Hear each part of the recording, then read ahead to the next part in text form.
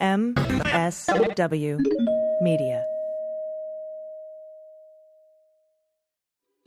Thanks to Athletic Greens for supporting the Daily Beans. I take AG1 by Athletic Greens literally every day. If you're looking for a simpler and cost-effective supplement routine, Athletic Greens is giving you a free 1-year supply of vitamin D and 5 free travel packs with your first purchase. Go to athleticgreens.com/dailybeans. News with swearing. Daily Beans, Daily Beans. Daily Beans, Daily Beans. Hello and welcome to the Daily Beans for Tuesday, June 6, 2023. Today, Trump's lawyers met Monday with special counsel Jack Smith and other DOJ officials to ask them please not indict Trump. CNN reports that the maintenance worker who asked the Mar-A-Lago IT guy about the surveillance footage accidentally flooded the server room where they were kept. Jared Kushner's $2 billion Saudi check appears even more criminally and comically corrupt than previously thought. U.S. senators are questioning Twitter's privacy compliance under Elon Musk. And former spy convicted of spying on the U.S. for Russia, Robert Hanssen, has been found dead in his prison cell in Colorado. I'm Allison Gill. And I'm Dana Goldberg. Yay, Dana's back. Hi, Dana. I am back. Hi. This is such a weird hodgepodge of news. Like, if you just read these headlines, you're like, what the fuck is going on? Like Trump's going to be indicted. Former spy dies. Kushner is comically corrupt. Twitter's privacy. It's all over the map today. It really is. It is indeed. I mean, I could talk for an hour about what's going on with the DOJ and Donald Trump, but I'm just going to briefly go over that. Of course, you can listen to everything in depth with me and Andy McCabe on this weekend's episode of Jack, the podcast. If you're not listening, now would be a good time. I think he's going to be indicted this week, at least in the documents case. Now there's 2 grand juries. There's one down in Florida. I think what's happening is that the espionage would be charged in D.C. and the obstruction would be charged down in Florida. I don't know. Oh, God, it's just so good. Just something happened. I love these people who's never going to be held accountable. There's leaks, there's breaks in the dam, and I really feel like it's coming. You know, Stephanie Miller asks me all the time, what do you think? What do you think? And I'm like, I think that AG's right on this one. And we've waited a while, but I think this is going to happen. Cool. Yeah, love Steph. I'm a Steph head for sure, mama. Me too. Yep. No Zoom happy hour this week on Friday. I'm going to be in D.C. I'm going there to see if I can, I don't know, hang outside the Prettyman Courthouse and see if any grand jury people will tell me whether or not they indicted Donald Trump. But I may try to throw together a quick meetup in D.C. with patrons. So keep an eye out on your Patreon email account for that if you're a patron of the Beans. Or, you know, Cleanup or Jack, whatever. Like all of them. I'll just, whatever. We'll set it up. It'll be great. Drinks. You, me. Do it. DC. Boom. Possible indictments. All right. We do have a lot of smorgasbord of news to get to. So let's hit the hot notes. Hot notes. All right. Huge news hits in the classified documents case today. First up, from the Times, lawyers for the former guy met on Monday at the Justice Department with officials, including the special counsel Jack Smith himself, 2 weeks after requesting a meeting to discuss their concerns about Mr. Smith's investigations into Donald. That's according to 2 people familiar. The meeting did not include Attorney General Merrick Garland or Lisa Monaco, the DAG, Deputy Attorney General, and it's unclear what precise subjects were discussed, but the visit came amid indications the prosecutors in the special counsel's office are approaching the end of their inquiry into the former guy's handling of classified documents. And it also comes at a time when Trump's advisors have concluded that there might be not much more time to stave off charges. Now, Hugo Lowell has followed up and said they did ask the DOJ not to indict their client during this meeting, and that there were some other things discussed, like what the Trump lawyers considered to be prosecutorial misconduct on behalf of Jack Smith and his team. So the DOJ has said the meeting was unproductive. Imagine. According to Hugo Lowell. I am. Mm-hmm. So the lawyers, Jim Trusty, John Rowley, and Lindsay Halligan, remember, Corcoran's off the case because he's probably a witness now because of all of his notes. So he's not representing Donald on the Parlatore resigned because he apparently hates Epstein's guts a lot. Epstein's not on this one either. They questioned him, the DOJ, for 2 full days, but not in front of the grand jury, and he might have proffered something. So we just have Trusty, Rowley, and Halligan.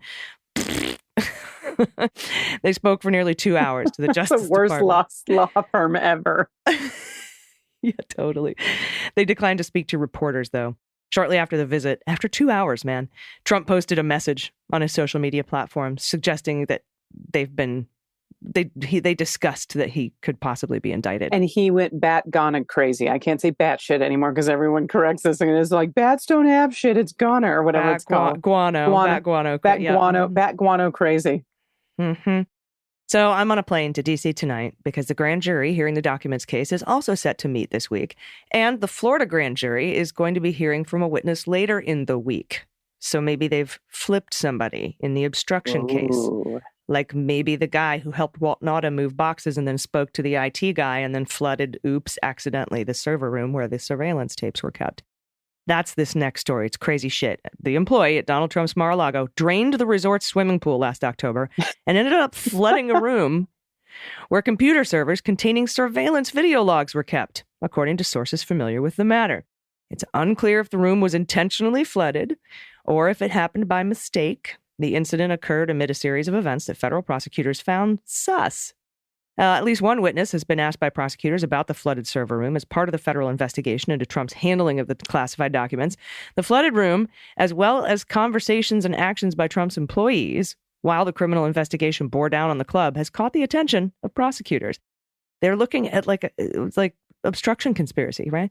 The circumstances may factor into a possible obstruction conspiracy case, multiple sources tell CNN, as investigators tried to determine whether the events of last year around Mar-a-Lago indicate that Trump or a small group of people working for him took steps to interfere with the Justice Department's evidence gathering.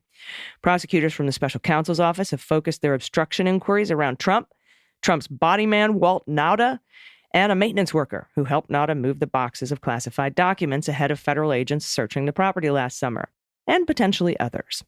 The sources say that the maintenance worker is the person who drained the pool that led to the flooding of the IT room where the surveillance footage was held. So this guy, in a previous report from the Washington Post, this is the guy who called the IT guy at Mar-a-Lago and was like, where do you keep those surveillance tapes? How long do you hang on to them? Tell me more about the surveillance tapes. And his lawyer, John Irving, was like, totally innocent. That's just, he's just curious about surveillance tapes. Then he drains the pool and floods the fucking server room. And there's gaps. We don't know why there's gaps in the footage. It could just be, honestly, it could just be glitches, right? But, they're looking into it because they didn't think the footage was complete. This DOJ did go to the source and submit a subpoena to the software company that probably keeps this shit in the cloud. It's just the dumbest group of fucking idiots that, like you can't recover info on wet servers. It's just so dumb. All right. Anyway, that's what's going on. Andy and I are going to go over all of this and the implications on the next episode of Jack, which comes out on Sunday. We record on Friday. So I don't know what's going to happen this week. Andrew Weissman is saying he'll be indicted this week. All right. We'll find out. AG, this is from Brian Fung at CNN. 4 U.S. senators, they are scrutinizing Twitter's privacy practices and questioning whether the platform under CEO Elon Musk may have flouted consumer protection laws following widespread layoffs and resignations. It's an inquiry that could highlight vast legal risks, Twitter and potentially for Musk himself. And I would say they probably did. In a letter dated Sunday and addressed to Musk and Linda Yaccarino, Twitter's incoming CEO, lawmakers cited last week's high-profile departure by Ella Irwin, Twitter's former head of trust and safety, as the latest source of concern about Twitter's compliance track record.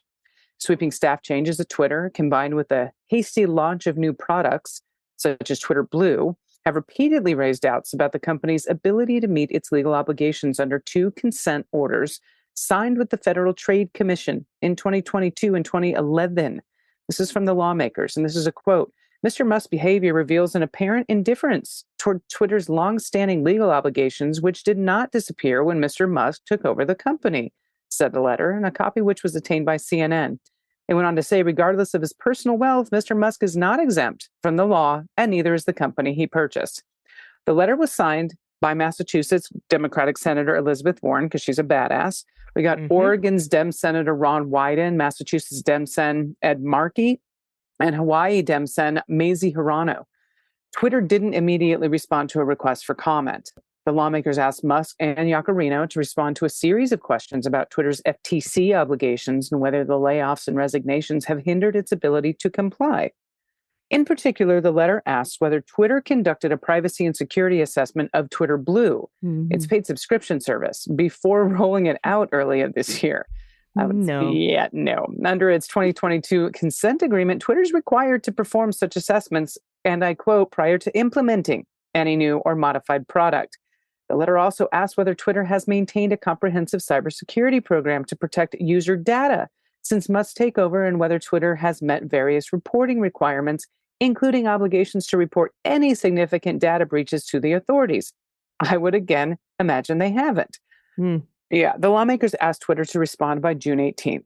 Well, Twitter's already under investigation by FTC for its possible breaches of its consent orders. Now, the agency confirmed the investigation in a rare public statement last year. The probe is linked to allegations made by Twitter's former head of security, Pieter. Is it Pieter Mudge Zatko? Mm-hmm. Yeah, in a whistleblower report first disclosed by CNN and the Washington Post. Well, Zatko claimed, among other things, that Twitter did not implement effective security policies as required and was extremely vulnerable to penetration by foreign spies.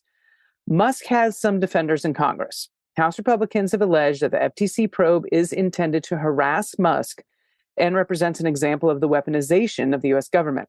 The FTC has said the investigation is intended to determine whether Twitter is complying with its legal obligations under the consent orders, consistent with the agency's broader consumer protection mandate from Congress specifically.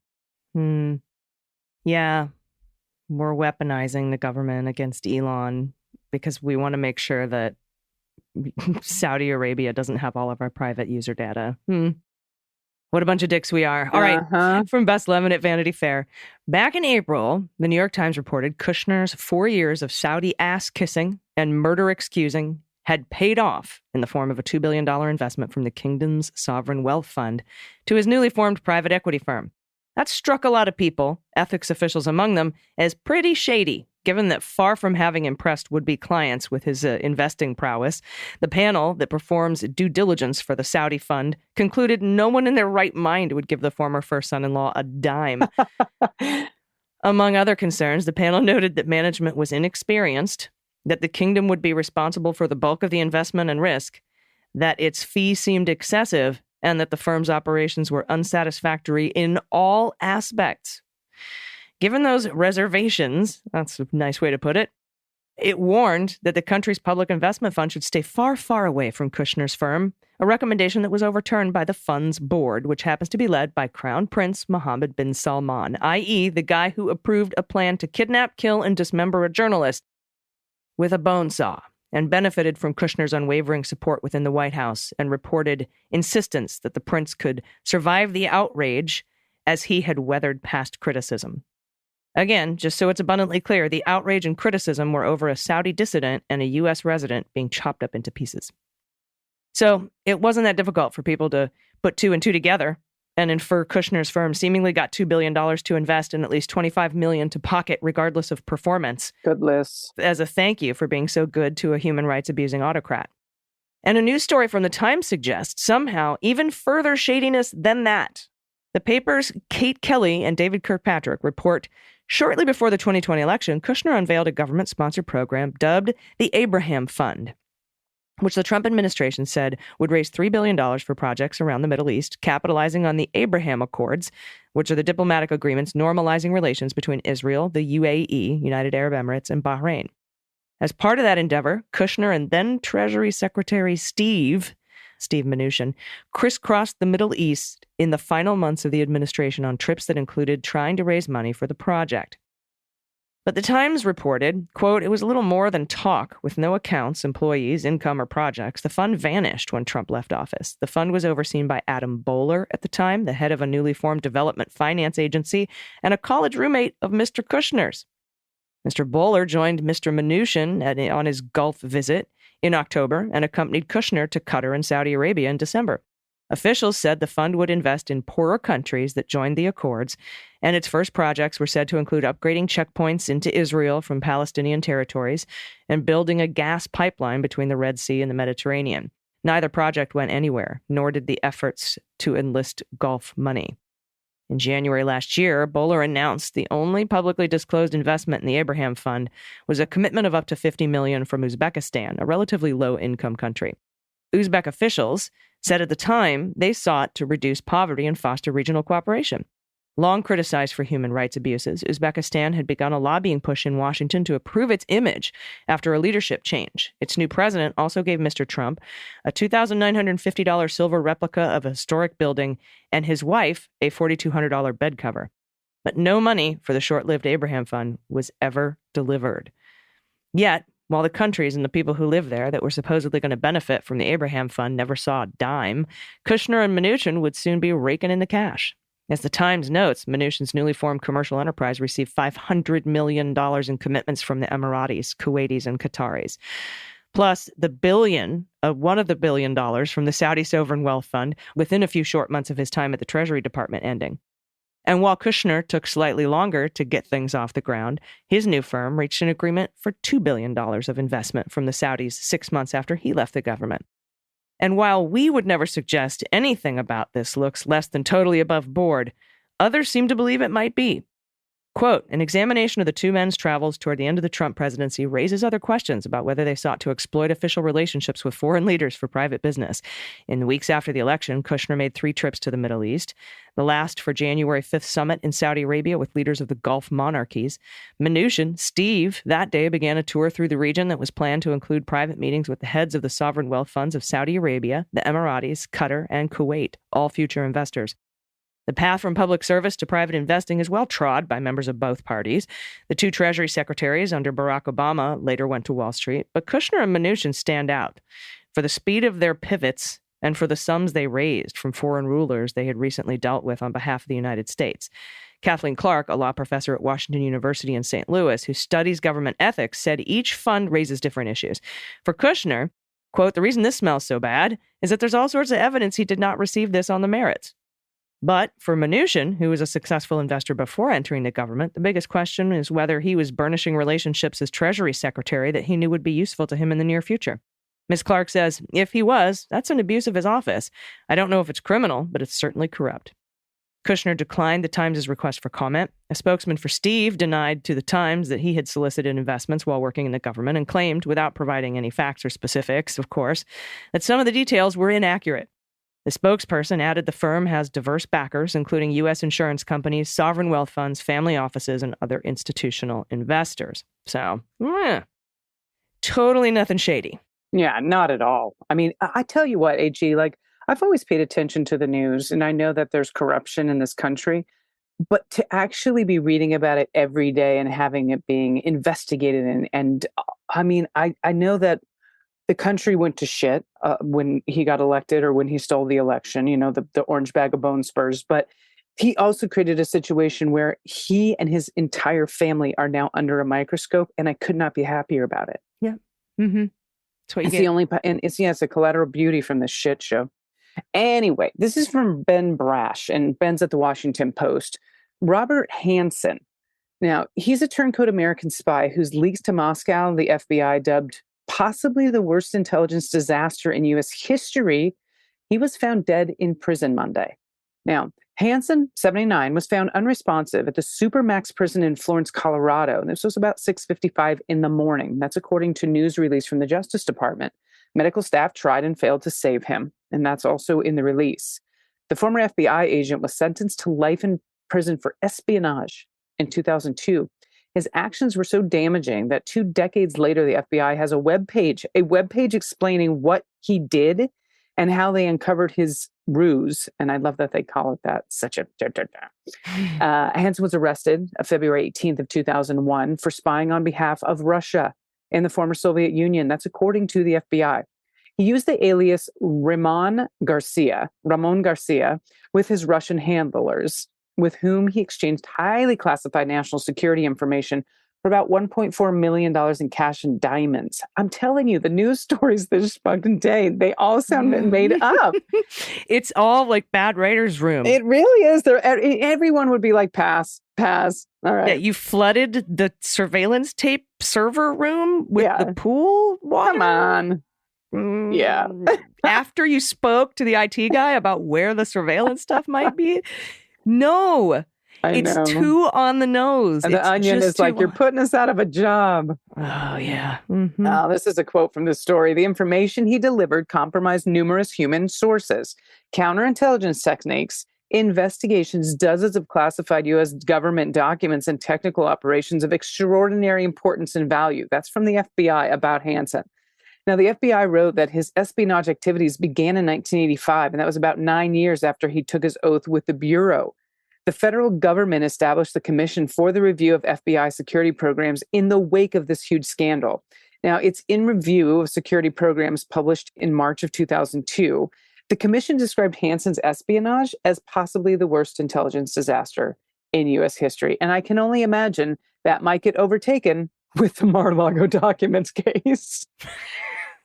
It's like, I'm trying to pick the news stories today. And I'm like, all right, well, DOJ, like possible indictments. Okay. Kushner's shady. Like, it's just all... it's so many to pick from. And it's all over the place. Yeah. It's all over. I'm going to talk to Pete Strzok because I think he has probably a pretty good grasp on who this motherfucker is, this Hanssen guy. I'm going to talk to him about that on tomorrow's Clean Up on L45 podcast. But yeah, so found dead. And, you know, I think he was giving like tunnels and plans to Russia for the, for the FBI, which could have caused like lots of death.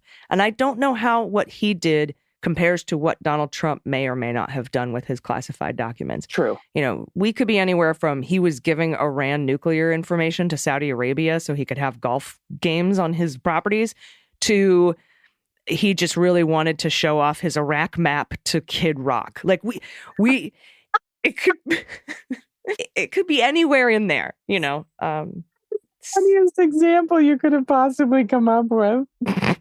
I'm telling you, it's like a weird fucking game of political Mad Libs. You're like, give me a noun. All right, give me an adjective and a verb. Okay. All right, he wanted to show off his Iraq map to Kid Rock.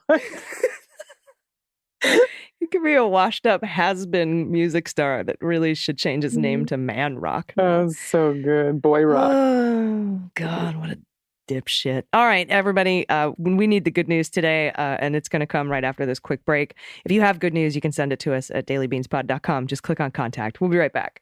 After these messages, we'll be right back. Hey, everybody, it's AG, and I take AG1 by Athletic Greens literally every day. I started taking Athletic Greens because, well, first of all, it's got the coolest initials, but I was looking for something tasty that boosted my energy and supported my immune system and would replace the zillions of supplements and vitamins and probiotics and prebiotics that I have in my cabinet, just taking up space and costing me a lot of money. I take it every morning, AG1, right before I do anything else, right before I go to the gym, and it makes me feel unstoppable. We want to thank Athletic Greens for their support. Right now, they're offering you a free 1-year supply of immune-supporting vitamin D, plus 5 free travel packs with your first purchase when you head to athleticgreens.com/dailybeans. My mornings have become so much simpler. Just one scoop. It's delicious. In a cup of water. I'm out the door. Saves me time, saves me money, saves me stress. It's my favorite way to start the day and support my health. It's replaced all those multivitamins, minerals, prebiotics, probiotics, adaptogens, greens blend, like everything is in here. You cannot beat the value. And honestly, I can't think of another routine that's as beneficial as incorporating AG1 into my day. It's seamless, easy, it makes a real difference in how I feel. I trust AG1 completely, and I recommend you try it too. Make it part of your daily routine and feel the benefits for yourself. If you're looking for a simpler and cost-effective supplement routine, Athletic Greens is going to give you a free 1-year supply of vitamin D and 5 free travel packs with your first purchase. Just go to athleticgreens.com/dailybeans. That's athleticgreens.com/dailybeans. Check it out. Everybody, welcome back. It's time for the good news. Who likes good news, everyone? Then good news, everyone.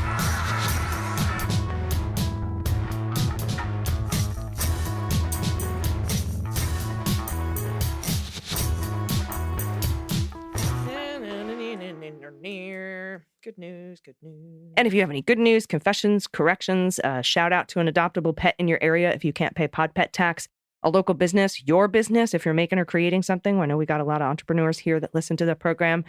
Shout out to a loved one, a whoopee story, what the mutt, what the heck wine, frog orgies, babies, whatever you want to send to us. Light brighting.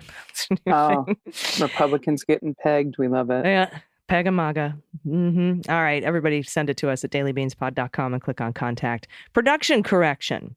Kanai is fired edition. Dun, dun, dun. Yesterday's submission included references to They Might Be Giants and a heartfelt shout out to her beloved Mimi Sora was actually from Patty, not Julianne. Patty sent in paintings of Mimi Sora and a picture of her son's stitchery assignment. We will fix the pictures in the show notes for you patrons. And sorry about the mix-up. And look at the painting. So glad I was absent on this completely catastrophic day. And there it is. That is a very little glowing friend with yes. the little glowing friend and the bees I in your love bonnet. Oh, it's one of my favorite songs ever. It's so good, right? It's just the perfect pop song. Mm-hmm. I do. Oh, and here, AG, is the actual submission from Julianne, and pronouns she and her. Excellent. Dear Beans Queens, thank you for all you do to help us understand the craziness of our world. Having a deeper understanding of the issues helps relieve some of my anxiety about the current craziness. Knowing that there are talented, intelligent people working hard to educate, inform, and show support to those being affected the most is heartening.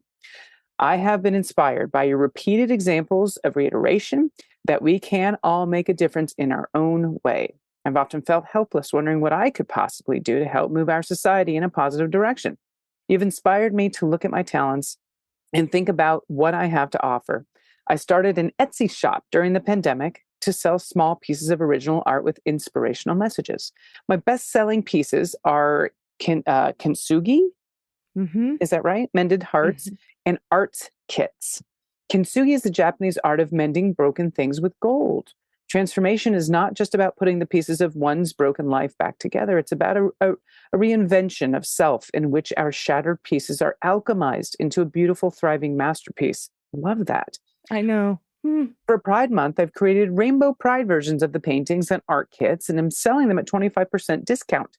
I'm especially excited about the Kintsugi group art kits, which have everything needed for each person to create a beautiful ornament/magnet to honor their strong, beautiful hearts, including a link to a guided meditation and video instructions. This is beautiful. The process of ripping a heart, gluing it back together, and mending it with gold is very therapeutic. It's even more therapeutic when done in a group. We're going to put in the show notes for that Etsy link so you can go right to it. Now, for pet tax, I'm including a photo of my daughter's 3 cats who are staying with us while she is in deployment with the Army National Guard in Eastern Europe. Thank you for your service already. I've only been able to get one photo with all 3. They are everywhere. There they are. Oh my God, they are really everywhere. This is so great. Thank you so much. And Kanai, you're not fired. You're never fired, dude. We love Kanai. And I'm glad. Yeah, I couldn't. My life would not be able to happen without. He saved me on more than one occasion too. Totally, absolutely one of the coolest people. And so thank you for straightening that up. Next up from Anthony F, pronouns he and him. AG and DG, I want to say thanks so much for keeping all of us informed every single day. You two are incredible. Listening to the MSW family of podcasts keeps me informed and entertained. And I tell everyone I can about all the good stuff that you two do.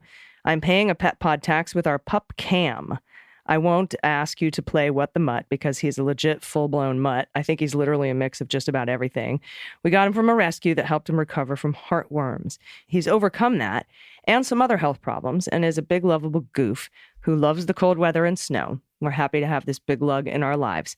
I'd also like to do a self-plug embedded in a plug for a friend. Quiet City Books in Lewiston, Maine is owned by a friend. The store is a wonderful place that gives a platform to artists and creative types.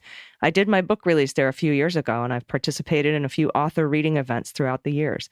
Quiet City is a welcoming, inclusive, safe place that is warm and welcoming to everyone. And she ships to the lower 48. So if you're looking to support indie authors like myself, local artists and poets, or you're looking for homemade gifts or old books, check out quietcitybooks.square.site. Look at this fluff. Oh, the happy baby. With the arms folded. Gorgeous. Little ballerina feet. Love it. Thank you for that. Thank you for that indeed. This is from Beanie's mom, pronouns she and her. Hello, my favorite smart, beautiful, and funny ladies. Thank you so much, Beanie's mom. Thank you for starting my days with laughter and sanity-ish in these less than sane times. I adore you both. Meet my other joys. This is Bean Sprout. I call her Beanie. My amazing shelter veterinarian daughter, mom brag there, by the way, found us with this Frenchie Angel. She is greatest addition to our empty nester life. Co-starring in my life's adventure is my amazing husband, cruising us through a 30-plus year love. And rounding out the fun is our Harley Davidson. For context, Sound like you're a game you sound show. like you Price is Right, right? Yep. And for context, I've been the opposite of adventurous for my entire life. Fear of heights, worry about everything. Heck, I could never even ride a bike. Not who you would think of as a biker chick. But now I ride on the back of our Harley. I feel nothing but peace and tranquility. Makes no sense, and I love it. And now Beanie rides with us. Thanks for letting me share. I will send more pictures of Beanie's great adventures as we travel. That looks like a comfy Harley. I was Look just at the gonna say. dog. Yeah. With the doggles. Yep. Oh, loving the doggles. Oh my God, this is really cute. You look very happy on the back of that bike, by the way. Yeah, this is amazing. That's a beautiful Frenchie, by the way. Love it. All right. Now we have finally, nope. We've got two. This is the penultimate from Anonymous, pronouns he and him. Longtime listener, first time question asker. I need your help. I recently found 2 stray dogs that were abandoned at Indio Hills Park while I was cleaning. They had shoestrings tied around their necks and looked scared. Oh, Jesus. I used pepperoni sticks to gain their trust and managed to get them out of the desert heat. For hours on Friday, I tried calling everywhere around my area to help these dogs find a shelter, and all pet rescues are at full capacity. Every pet rescue directs me to the county, Riverside, which euthanizes dogs when rescue services are full. Also, our sheriff animal control in our area is very unhelpful. Long story. I called shelters in Yucca, Banning, Idlewild, Palm Springs, Cat City. All are at full capacity.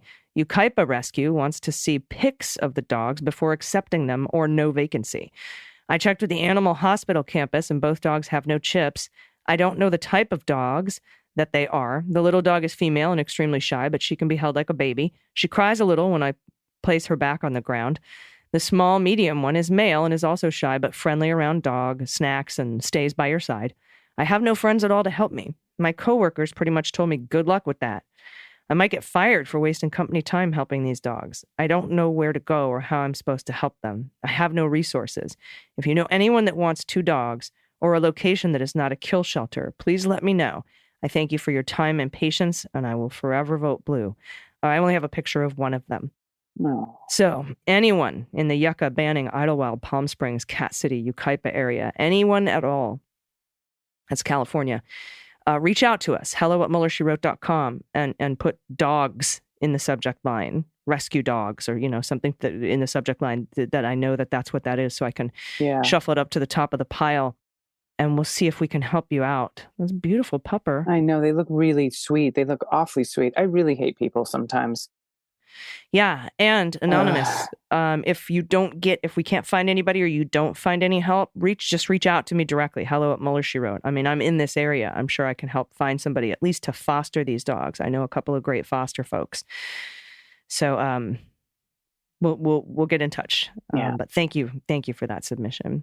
Awesome. All right, you got a short one at the end here. I do. Yeah, short but sweet. This is from Anonymous, pronouns she and her. I wanted to share my peaceful spot where I listen to the beans. Thank you, ladies, for your peace. Oh, and it is wow. gorgeous. I mean, it really does look peaceful. That little lantern.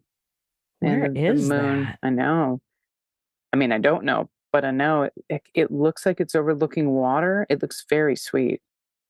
Oh, yeah, it looks like maybe there's a bay and the lights across the bay. You know what I mean? Like there's that black spot in between. I love when you call me Bay.